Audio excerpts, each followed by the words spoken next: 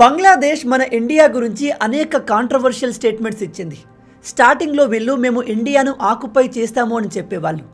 ఆ తర్వాత ప్రెసిడెంట్ ఉన్న బంగ్లాదేశ్ ఇంటరిమ్ ప్రైమ్ మినిస్టర్ చైనాకు వెళ్ళి ఇండియాలోని నార్త్ ఈస్ట్ రాష్ట్రాలన్నీ ల్యాండ్ లాక్డ్ రీజియన్, వాళ్ళకు సముద్రం యాక్సెస్ లేదు, ఈ రీజియన్లో మేమే గార్డియన్స్ ఆఫ్ ఓషన్ అని చెప్పుకున్నాడు. ఆ తర్వాత మనం పాకిస్తాన్తో యుద్ధానికి సిద్ధమవుతున్నప్పుడు ఇండియా పాకిస్తాన్తో యుద్ధం చేస్తే మేము ఇండియా పైన యుద్ధం చేస్తాము, ఇండియాను ఆక్యుపై చేస్తామని స్టేట్మెంట్ ఇచ్చారు. అండ్ ఇప్పుడు వీళ్ళు మన సిలిగురి కారిడోర్ని ఆక్యుపై చేస్తామని బెదిరిస్తున్నారు. బెదిరించడమే కాదు, చైనా పాకిస్తాన్తో కలిసి ఈ ప్రాంతాన్ని ఆక్యుపై చేసేందుకు ప్లాన్లు కూడా వేస్తున్నారు. బంగ్లాదేశ్ ఇలా మనపై ఎన్ని స్టేట్మెంట్లు ఇచ్చినా ఇండియా పెద్దగా పట్టించుకోలేదు. ఎందుకంటే ఈ చిల్లరగాళ్ళ దగ్గర ఇండియాను ఛాలెంజ్ చేసే అంత మిలిటరీ పవర్ కానీ ఎకానమీ కానీ లేదు. నిజానికి వీళ్ళు మన మీద డిపెండ్ అయి బతుకుతున్నారు. కానీ బంగ్లాదేశ్తో మనకు ఎటువంటి ఉపయోగం లేదు, కంప్లీట్ జీరో. కానీ మనం మంచితనానికి పోయి బంగ్లాదేశ్ని అలా వదిలేస్తుంటే వాళ్ళు బాగా రెచ్చిపోతున్నారు. అందుకే ఇప్పుడు మన ఇండియా బంగ్లాదేశ్కి ఒక స్ట్రాంగ్ కౌంటర్ అండ్ వార్నింగ్ని ఇచ్చింది. అస్సాం ముఖ్యమంత్రి అయిన హిమంత బిశ్వ శర్మ గారు బంగ్లాదేశ్కి చాలా లాజికల్ అండ్ బెస్ట్ కౌంటర్ ఇచ్చారు. ఇక్కడ ఈయన చెప్పింది ఏమిటంటే, బంగ్లాదేశ్ మీరు మా దేశంలో ఉన్న ఈ చికెన్ నెక్ని టార్గెట్ చేస్తే మేము మీ దేశంలో ఉన్న 2 చికెన్ నెక్లను టార్గెట్ చేస్తాము అని బెదిరించారు. అదేంటి, బంగ్లాదేశ్కి 2 చికెన్ నెక్లు ఉన్నాయా అంటే ఎస్. ఒకసారి ఇక్కడ కనిపిస్తున్న మ్యాప్ని చూడండి. బంగ్లాదేశ్ పైన ఉన్న ఈ భాగం రంగ్పూర్ డివిజన్. ఇదిగో ఇక్కడి నుంచి మనం ఈ దేశాన్ని ఆక్యుపై చేసామే అనుకోండి, ఈ పైన ఉన్న భాగం మొత్తాన్ని మన కంట్రోల్లోకి తెచ్చుకోవచ్చు. దాంతో మన ఈ చికెన్ నెక్ ఏరియాను ఎక్స్పాండ్ చేయవచ్చు. అలా చేయగలిగితే మన ఇండియా ఇక ఈ ప్రాంతం గురించి వర్రీ అవ్వాల్సిన అవసరం లేదు. మన నార్త్ ఈస్ట్ రాష్ట్రాలకు ఎక్కువ ప్రొటెక్షన్ని ప్రొవైడ్ చేయవచ్చు. ఇక రెండవ చికెన్ నెక్ ఇదిగో ఈ కింది ప్రాంతంలో ఉంటుంది. ఇక్కడ నుంచి మన ఇండియా బంగ్లాదేశ్ని ఆక్యుపై చేస్తే ఈ కింద ఉన్న చిటాగాంగ్ ఏరియా మొత్తాన్ని మన కంట్రోల్లోకి తెచ్చుకోవచ్చు. దాంతో మన నార్త్ ఈస్ట్ రాష్ట్రాలకు సముద్రం యాక్సెస్ కూడా దొరికేస్తుంది. మీరు ఇక్కడ న్యూస్ ఆర్టికల్ని చూసినట్టయితే, we can attack Bangladesh 2 chicken necks says Assam CM. నిజం చెప్తున్నాను, బంగ్లాదేశ్కి ఇలాంటి వార్నింగ్ ఇవ్వడం చాలా ఇంపార్టెంట్. ఇప్పటి వరకు మన దేశం నుంచి ఏ సీఎం కూడా ఇంత బోల్డ్గా వేరే కంట్రీకి వార్నింగ్ ఇవ్వలేదు. హిమంత బిశ్వ శర్మ గారు ఇలా వార్నింగ్ ఇవ్వడానికి ప్రధానమైన కారణం, బంగ్లాదేశ్ నుంచి వచ్చే ఇల్లీగల్ ఇమిగ్రెంట్స్ కారణంగా మన దేశంలో ఎక్కువగా ఎఫెక్ట్ అవుతున్న రాష్ట్రం ఈ అస్సామీ.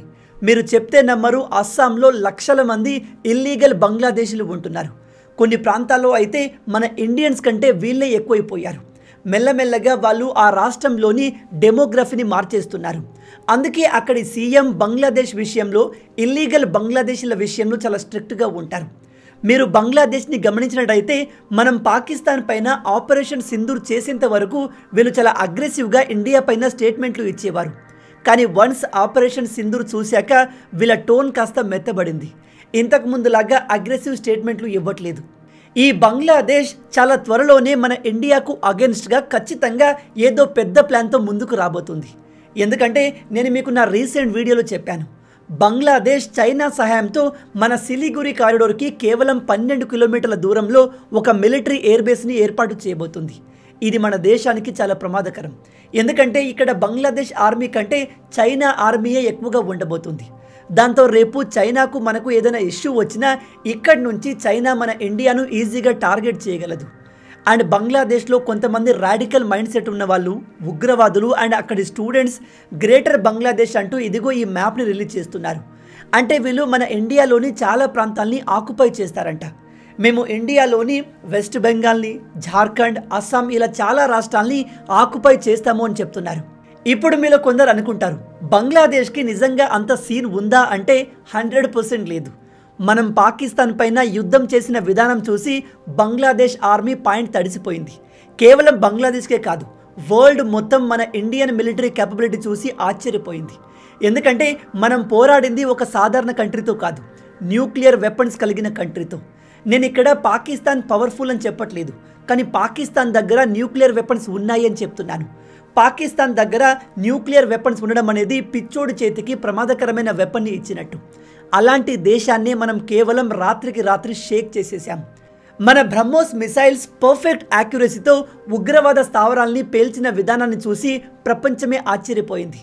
పాకిస్తాన్ పరిస్థితి మన చేతిలో ఇలా అయింది అంటే బంగ్లాదేశ్ని మనం ఎంత ఈజీగా హ్యాండిల్ చేయగలమో మీకు అర్థమై ఉంటుంది. ఇలా ఎందుకు చెప్తున్నాను అంటే బంగ్లాదేశ్ దగ్గర ఎటువంటి న్యూక్లియర్ వెపన్స్ లేవు. వాళ్ళు మహా అయితే మనపైన చిన్న చిన్న మిసైల్స్ వేస్తారు కావచ్చు, వాటిని కూడా ఆకాశంలోనే పేల్చేసేలాగా మన దగ్గర మిసైల్ డిఫెన్స్ సిస్టమ్స్ ఉన్నాయి. కాబట్టి బంగ్లాదేశ్ని ఇండియా తలుచుకుంటే రాత్రికి రాత్రే కంప్లీట్గా డిస్ట్రాయ్ చేయగలదు, ఆక్యుపై చేయగలదు. ఈ విషయం బంగ్లాదేశ్లో ఉన్న మిలిటరీకి, హయ్యర్ అఫీషియల్స్కి, రాజకీయ నాయకులకు బాగా తెలుసు. కానీ ఇలాంటి లుచ్చాగాళ్లకు అది అర్థం కాదు. ఈ బంగ్లాదేశ్ ప్రజలు ఆల్మోస్ట్ పాకిస్తాన్ లాంటి వాళ్ళే. అక్కడి ప్రభుత్వం ఏం చెప్తే అదే నమ్మిస్తారు. నిజమేంటి, అసలు ప్రపంచంలో ఏం జరుగుతుంది అనే విషయాన్ని వాళ్ళు పెద్దగా పట్టించుకోరు. అలాంటి దేశంలో ఉండే కొంతమంది రాడికల్స్ ఇండియాను ఈజీగా ఆక్యుపై చేయొచ్చు అని కలలు కంటున్నారు.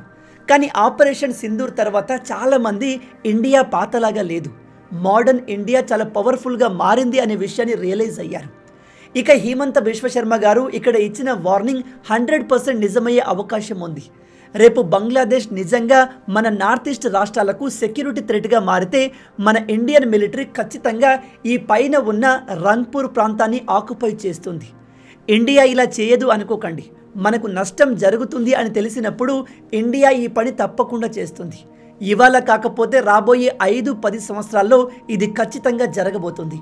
ఎందుకంటే ఈ ప్రాంతంలోనే బంగ్లాదేశ్ చైనా సహాయంతో మిలిటరీ ఎయిర్ బేస్ని ఏర్పాటు చేయబోతుంది.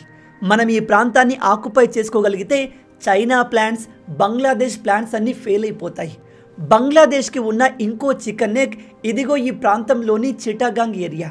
ఇప్పుడు మీలో కొంతమంది బంగ్లాదేశ్ ప్రేమికులు కూడా ఉంటారు. వాళ్ళు చెప్తారు ఇండియా బంగ్లాదేశ్ని ఆక్యుపై చేస్తున్నప్పుడు బంగ్లాదేశ్ కామ్గా ఉంటుందా అని. అలాంటి వాళ్ళకి చెప్తున్నాను, న్యూక్లియర్ వెపన్స్ కలిగిన పాకిస్తాన్కే మనం చుక్కలు చూపించాం. బంగ్లాదేశ్ పాకిస్తాన్తో కంపేర్ చేస్తే నథింగ్. బంగ్లాదేశ్ని మనం ఆక్యుపై చేయడానికి పెద్దగా సమయం కూడా పట్టదు.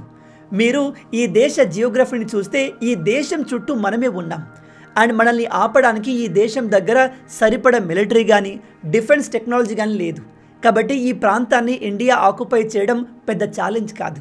అయితే ఇండియా ఈ కింద ఉన్న చికెన్ నెక్ని ఆక్యుపై చేసి చిటాగాంగ్ ఏరియాను తీసుకున్నట్టయితే మనకు చాలా బెనిఫిట్స్ ఉన్నాయి.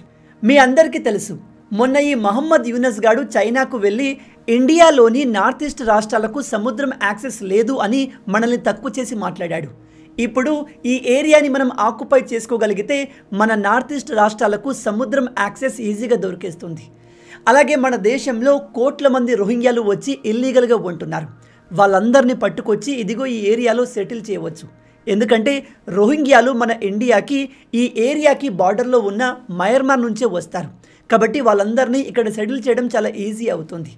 అందుకే హిమంత బిశ్వశర్మ గారు చెప్పిన ఈ 2 ఐడియాస్ ఏదో గాలికి చెప్పినవి కాదు. నాకు తెలిసి మన ఇండియన్ హై కమిషన్ నుంచే ఈ స్టేట్మెంట్స్ వచ్చాయి. ఎలాగో మొన్న పాకిస్తాన్ పని అయిపోయింది, మళ్ళీ వాళ్ళు మన జోలికి వచ్చే అవకాశం లేదు. ఇక బాగా ఓవర్ చేసేది ఈ బంగ్లాదేశ్ మాత్రమే. కాబట్టి మోడీ గారు ఈ బంగ్లాదేశ్ పని పడదామని డిసైడ్ అయి ఉంటారు. నిజంగా ఈ 2 ప్రాంతాల్ని మనం తీసుకుంటే ప్రపంచ దేశాలు మనల్ని క్రిటిసైజ్ చేస్తాయి కావచ్చు, కానీ బంగ్లాదేశ్పై మనం చేసే ఈ మిలిటరీ యాక్షన్ వల్ల ఇండియాకు ఎంతో లాభం చేకూరుతుంది. మన నార్త్ ఈస్ట్ రీజియన్ చాలా పవర్ఫుల్గా మారుతుంది. అండ్ మనం ఈ చికెన్ నెక్ ప్రాంతం గురించి పెద్దగా వర్రీ అవ్వాల్సిన అవసరం ఉండదు. ప్రజెంట్ ఇండియాకి బంగ్లాదేశ్కి మధ్య జరుగుతున్న విషయాల్ని చూస్తుంటే ఇది చాలా త్వరలో జరిగే అవకాశం ఉంది. ఆల్రెడీ బంగ్లాదేశ్ కంటిన్యూగా మన ఇండియాను రెచ్చగొడుతుంది.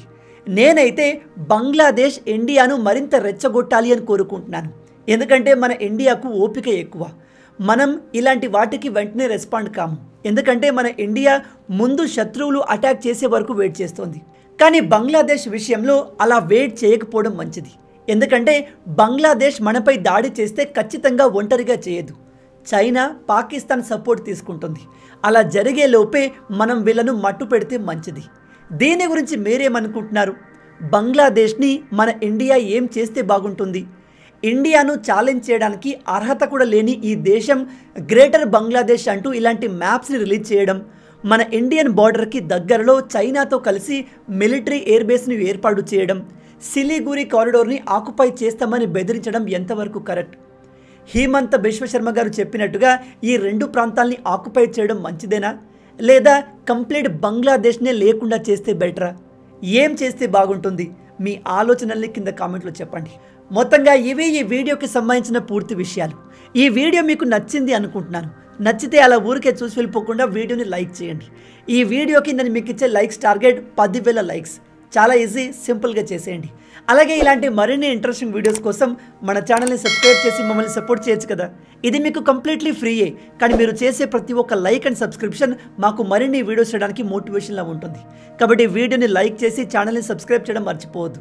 రాబోయే వీడియోలో ఇంకో ఇంట్రెస్టింగ్ టాపిక్తో మళ్ళీ కలుద్దాం. అంటిల్ దెన్, జై హింద్.